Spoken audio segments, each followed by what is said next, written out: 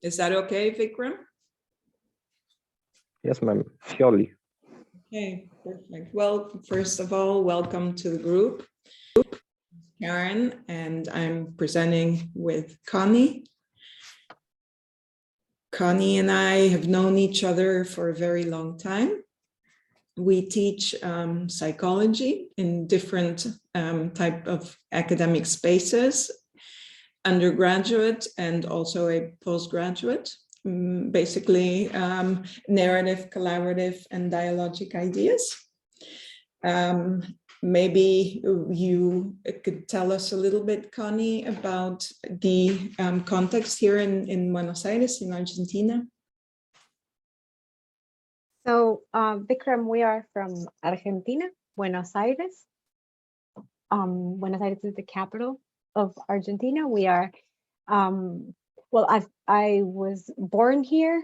I moved around, and then I came back to get my bachelor's degree here. And I would, since we're such a small group, I would like to know what you know about, if you know about Buenos Aires, Argentina. What have you heard? South America in general. About Argentina? Yes. Oh, ma'am, I have heard only about the footballers. Okay.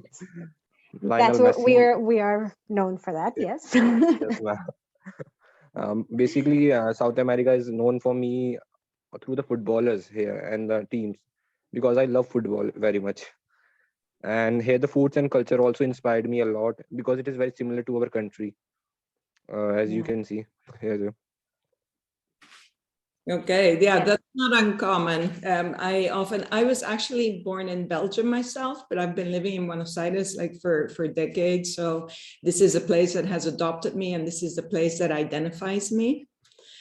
The culture, there's something curious about the culture. When I came to Argentina, Connie, I think I never told you that, but when I mingled with Argentinians, with porteños, like they call the inhabitants of Buenos Aires, I thought, oh my God, what a collaborative bunch, because people were so helpful, very different from the Anglo countries where I'd grown up in. There's a saying here in Argentina, it's a word actually, it's gauchada. It means you help somebody unconditionally. And so I was very surprised when I entered the academia to see that actually what predominates in academic circles is the individualistic Western culture. Okay, I wouldn't call maybe Argentina Western culture, but that is the format that seems to predominate. I don't know what it's like in India, what the society is like, because I think teaching within a society and within the codes in that society usually facilitates ways of being collaborative or ways of being vertical and individualistic. What's it like in New Delhi, at least? Ma'am, basically here is, I think so, collaborative is predominant here, as we can see here. Mm-hmm. And it also provides a very much good opportunity for the students here. As I can see, much talented students are going far from national to international level here. Mm-hmm. That's much, ma'am. So since you're a university professor, do you need to do anything special to encourage relational education, or is it a natural condition of the society, which translates into other areas such as the academia?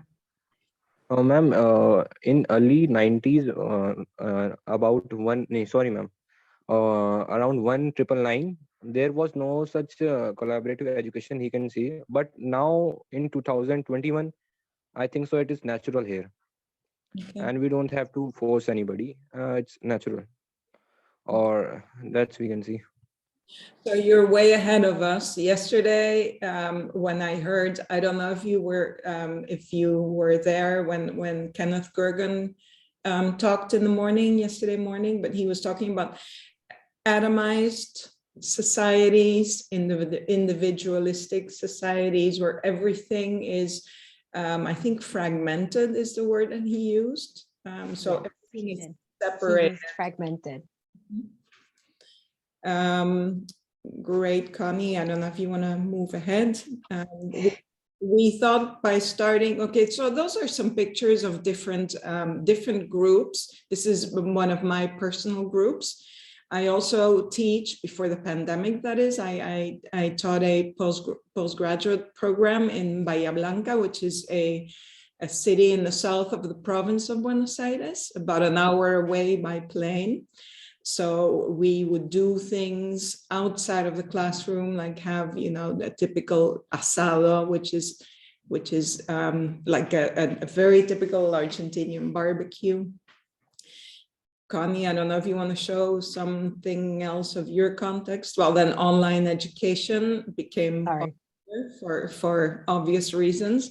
I myself have been an online therapist for a long time, and also I've been doing online education for a long time, never for large groups, but I'm familiar with it. Yes, Connie.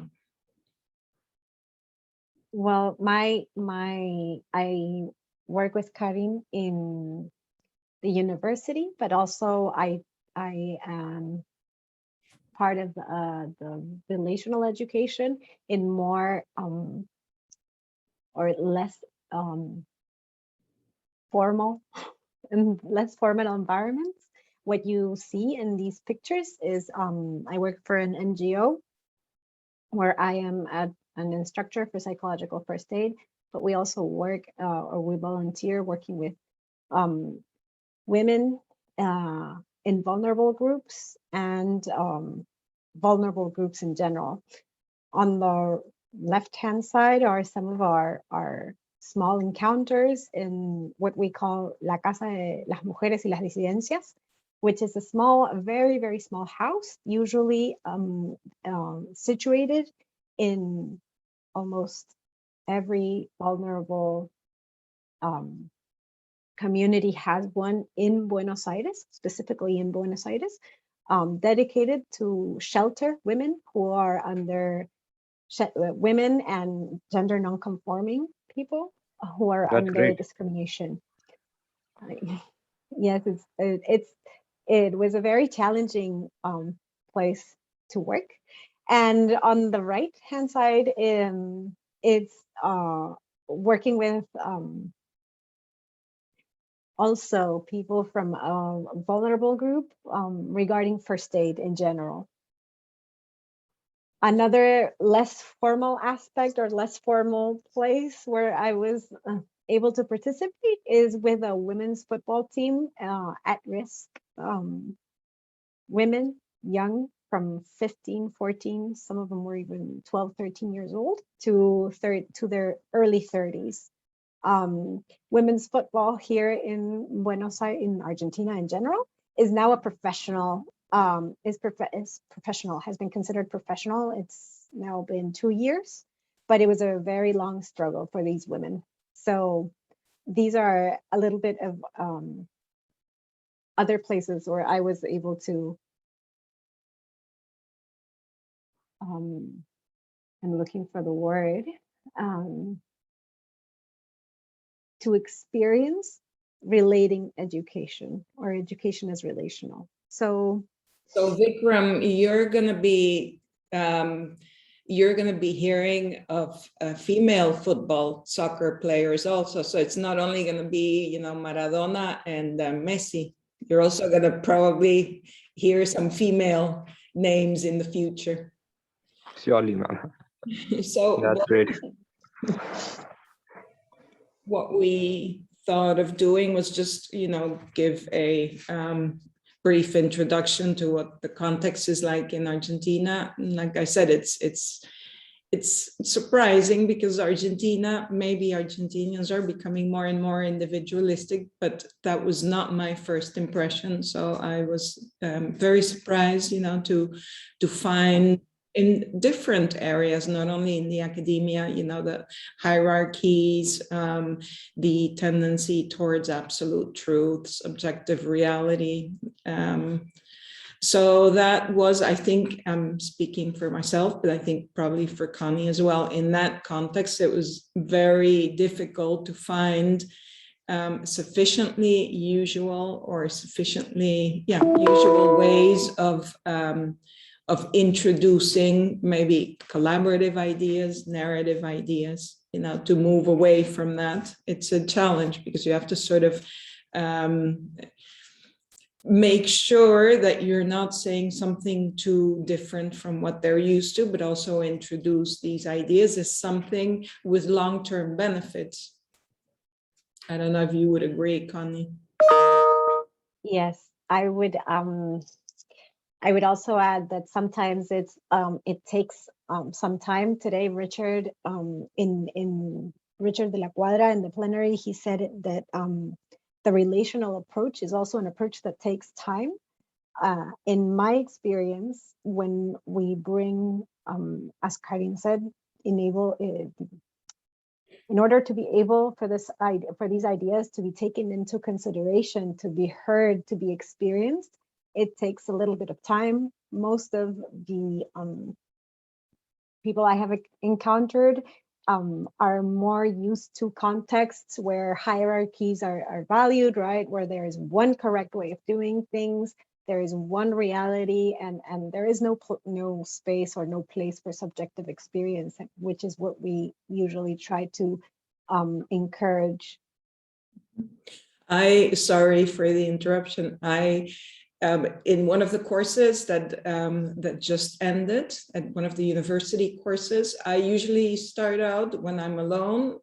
I do it myself. When I'm with a co-professor, we usually both do it. But one woman was very surprised. She said, I've never heard, she's a fourth-year psychology student, I've never heard a professor talk about themselves. So that was really very surprising for me. Maybe also one of the things I think we forgot to mention, Connie, is that the context in the universities in Argentina, the major universities, tend to be very psychoanalytically oriented. So maybe the not sharing is something also produced by psychoanalysis, by all the concepts which have to do with distance between a psychoanalyst and a patient on the couch, and you know, the therapist not even looking at, or the patient not being able to look at the person who is helping him or her. I don't know if you're familiar with psychology faculties, Vikram? Oh, no, sorry, ma'am. I'm not concerned about it. Okay, no. So it's important.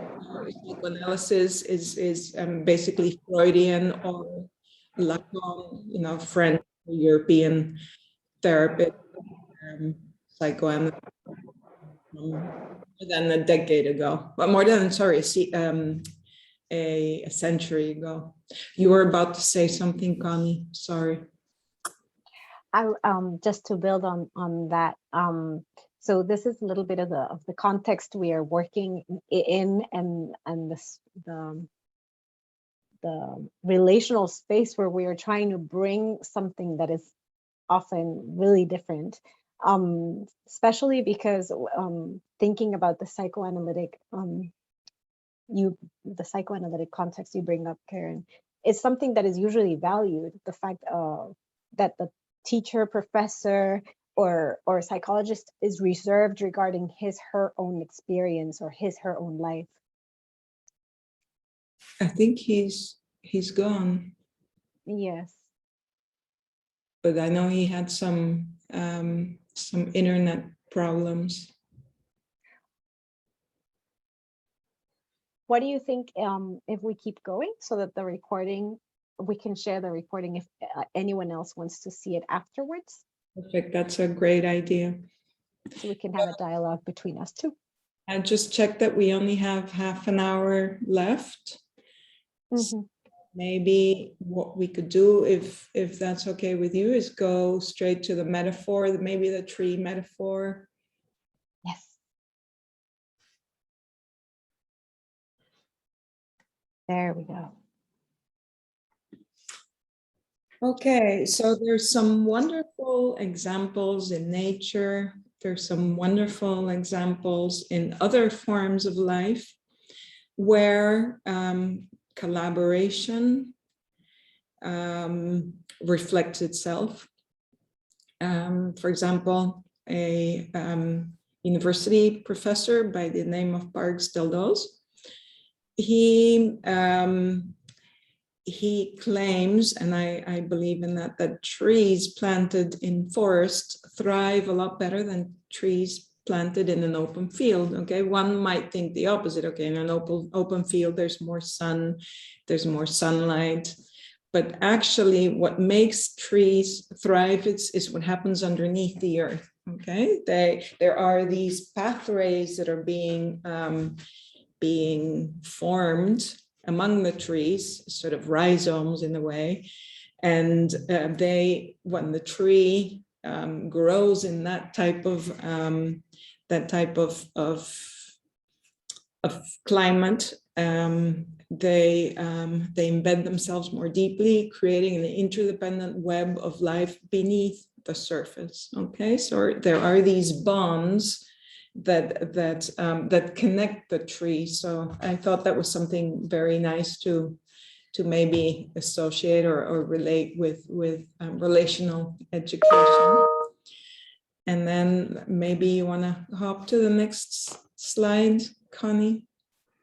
And There we then go. also Ubuntu.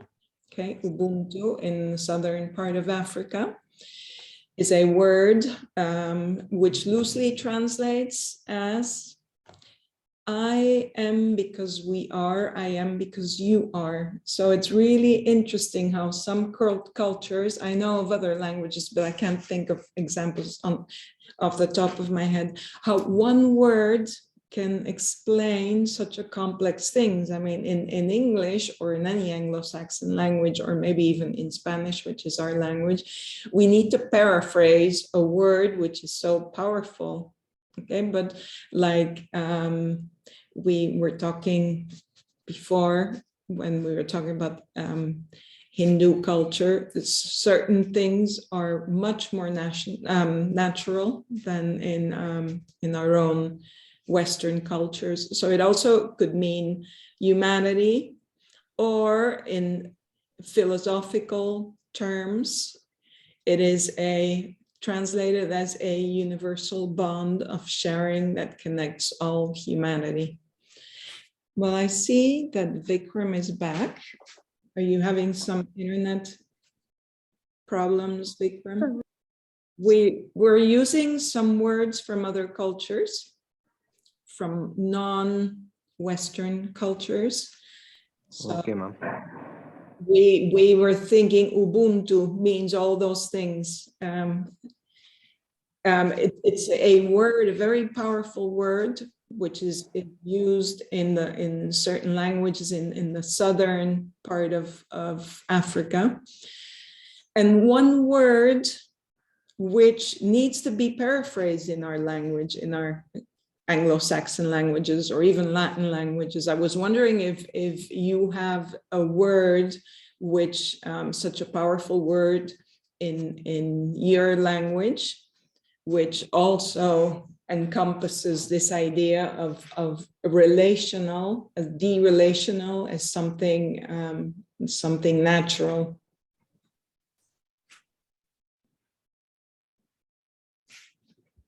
No, he has his mic off. I guess there must be some internet.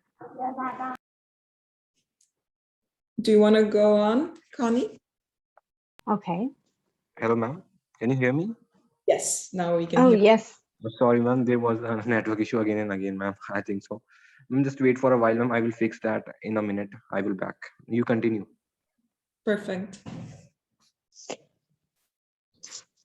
So, you know, with that in mind, what we found is that students, from the students that we've talked to after taking our classes, that they value engagement over stature or over prestige or over hierarchies, basically. Okay, they value also being able to be heard, to have a voice, to share their own knowledge. And in fact, I don't know if that's the case with you, Connie, but when I come back from a trip, for example, Bahia Blanca or another city, I usually have like a little notebook and I jot down all these ideas that, that students offer me, from things that I should Google or things that I should research. Okay, so I think also for a student to be able to really get the most out of university, I think in general, I wouldn't say all students, but in general, what is preferred are long-term gains, and maybe legacies or memories. Instead of short-term passive learning, okay? One of the things that tends to happen in Western culture is also, you know, coming to an exam really nervous and just reciting text or learning by heart. And students also thrive less in hierarchical relationships in which knowledge is passed down, okay? The whole thing about the hierarchies again. I don't know if you wanted to add something, Connie, or if we should be attentive to our watch. Just one quick thing. We did a survey recently for this conference regarding educational practices here in Buenos Aires, Argentina. And one of the numbers that really shocked me is that about 50% of those surveyed had at one point dropped either a class or a subject because of the teacher, right? Because they had an ill experience with their teacher. So I think I bring this because I think this is why we need to start paying attention and be more aware of the relational impact in education, of how one experience, how this relational experience, how our ability to relate to those we are learning with, because we are learning as well from them, is so important. So if I would like to move on to the video. Karin, are you? Sure, but one last thing. This is a study that Connie designed and that we did this year. Very recently. And if you're interested, you can send us an email and we can share with you all the findings, because like Connie was saying, I mean, the findings were extraordinary. Another study that was conducted not by me, or by Connie in the university, at the university, let's say about 5-6 years ago, they found that students, what they most look for is not, you know, to have teachers who are easy graders or teachers who aren't strict about attendance, but professors who are able to share their passion and to teach with passion and to encourage passion also in the students. But we have a little slide a little further on, but I don't know if we'll get to it.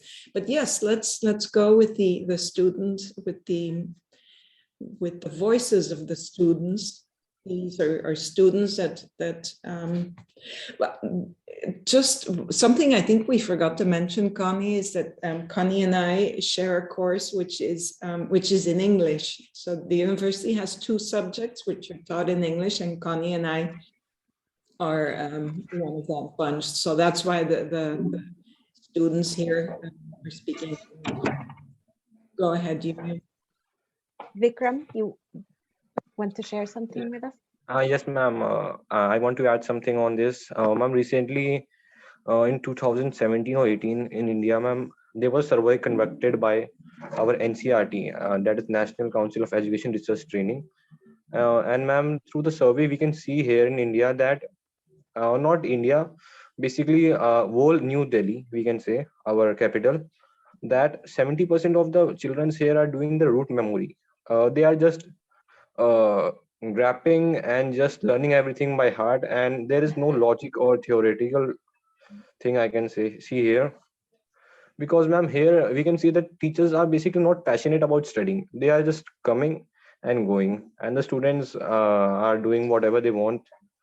But ma'am, I think that basically the teacher is the one who creates the interest among the students. Otherwise, this talent, or we can say the powerful weapon of our country, will go into a vain. That is very surprising, because what you said at the beginning, Vikram, is that in India, I know India is a large country and probably has different ways of being in the world in different parts of India, but you said that in general that India is a very collaborative, relational culture. Yet those things are also appearing, maybe also because we tend to look up to Anglo-Saxon countries, or the North, like we call it here, and we copy things without really thinking about the implications. Yes, one of the things that when I think of relational education, and we've talked about this with Connie, obviously, is that I think it's important for professors to encourage a relationship with the teacher, listening to their voice, making them feel they have a voice, but also encourage relationships amongst the students, okay, peer relationships. And I think that's one of the things here that Kata and Debbie, our students, are gonna talk about. It's a very short video. It's only a minute or something, so bear with us. Hi, sorry. There we go. Hello, my name is Catalina. I've been ktaverniers student twice, one in college and one after college. And I can say both learning experiences were for me enriching, interesting, and dynamic. And I think that was because she was one of the only professors, at least in college, that made the students participate, not only by encouraging them with words, but also by creating the spaces for us to do that. And that also made me curious and wanted to learn more about the topics she would bring to us. Hi, my name is Debbie, and I attended Professor's Caring class in 2009. I really think it was a very meaningful learning process, as we were always able to discuss about the new topics. The learning process was very dynamic. I also made some friends through all this process, and I think it was a very interesting way to learn. We were always discussing about new topics. She was always very concerned about our thoughts on different ways, and I really think it was an amazing experience for me and one of my favorite school subjects. Thank you.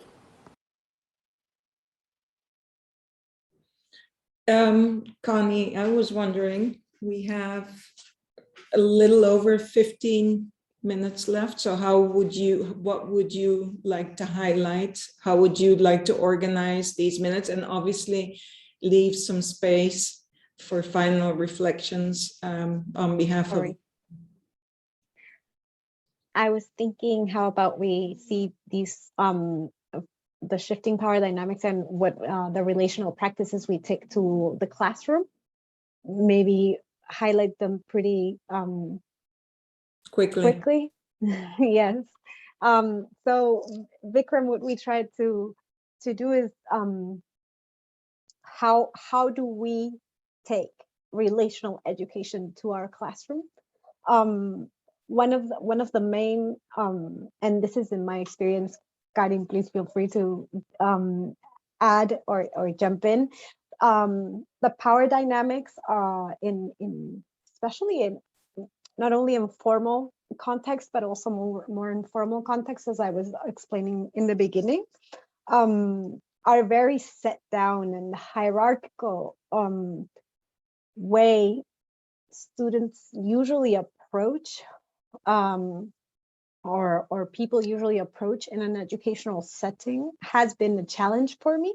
So what I usually try to embody in these educational spaces is to promote mutual transformation, to involve in the process those participants, and make explicit when I am being transformed by something they are sharing, by something they are offering, and openly thank them for that. Also co-creating, using the experience the participants bring in order to talk about whatever we need to theoretically talk about. And finally, making them or stressing that they are a part of the world, that they are a part of the reality we are talking about. I don't know, Karin, if you want to add anything, or if you'd like me to move on to the next slide. These are just some very minor things I identified while we were collaboratively working on this PowerPoint. Some things in my 15 plus years of professorship, and I think it's not only they're not only relational practices which are important between students and teachers, but also between ourselves as professors, especially when we share a class. I think those things also help students feel comfortable. For example, enthusiasm and passion, that's what we were talking about, Vikram, remember? And then you also brought us some findings on a study conducted in India, the enthusiasm, the passion, showing that the students that's really something that inspires you. A bit of humor. I'm very pro humor. Also, as a therapist, I think humor is important, and it's an important way of, how would I say, just making things more dynamic. And creativity, well, you already talked about that, Connie. I just realized I duplicated something you'd already said. Storytelling. I think storytelling is great. Encourage students also to tell stories, to give examples. I think it makes theory more understandable. Storytelling, showing maybe bits of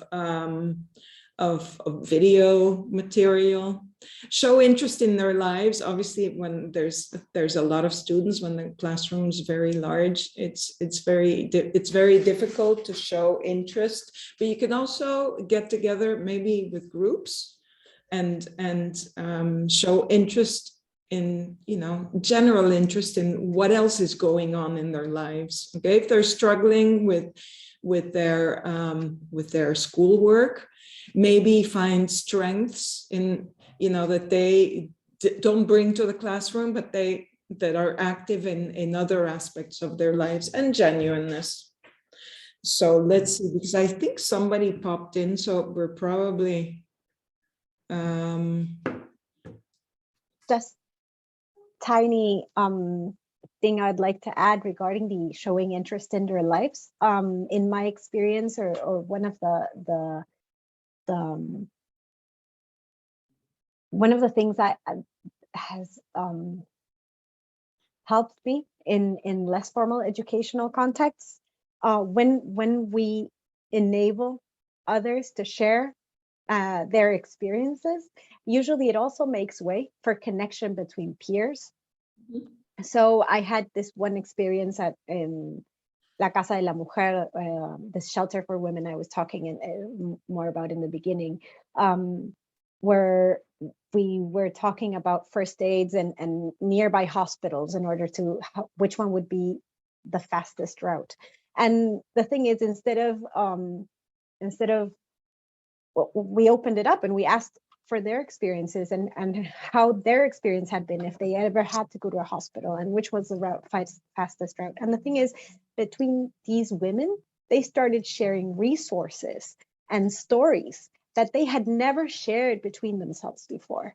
And this network was being born all of a sudden, of which we were part of, but if we've left, it would have maintained and it would have stayed there. And I thought that was beautiful. So I think showing interest in their lives can be a seed for so much more. I just wanted to share this. That's a lovely example. Thanks for that. So what do you think if we skip to the last part so we can also listen to Justy's voice? Justy is a student that we both shared, so I'd like maybe Vikram to also hear something a student said regarding the class we taught together online. Yeah, that's a whole different challenge. We were hoping to talk a little bit today on how to find ways or relational practices online, but well, do you think maybe we could listen to what Justy says and then listen to Vikram's reflections? Yes. Hi everyone, my name is Justina Macias and I'm a third-year psychology student who got the wonderful opportunity to take the class Family Psychology with Karin and Constanza during this. Yes, sorry, Vikram. So continue. Okay. Hi everyone, I was just checking. Yes, and I'm a third-year psychology student who got the wonderful opportunity to take the class Family Psychology with Karin and Constanza. During this semester, I got to learn and see so many things that I hadn't seen before in other classes. Not only was this our first approach to what interventions and therapy actually looks like, but it was our first approach to systemic psychology in general. All the authors we read throughout the semester were new to me, and all the different approaches were interesting and nothing like what we had seen before. During the classes, we were able to create this fluid dialogue instead of it being just one-sided. Overall, I learned so many new things, and I feel like we were able to learn together by listening to everyone's opinions and reflections, and it was just a really great experience. Okay, so that's interesting how her reflections, her voice is interesting in that she shares how an experience can be relational online.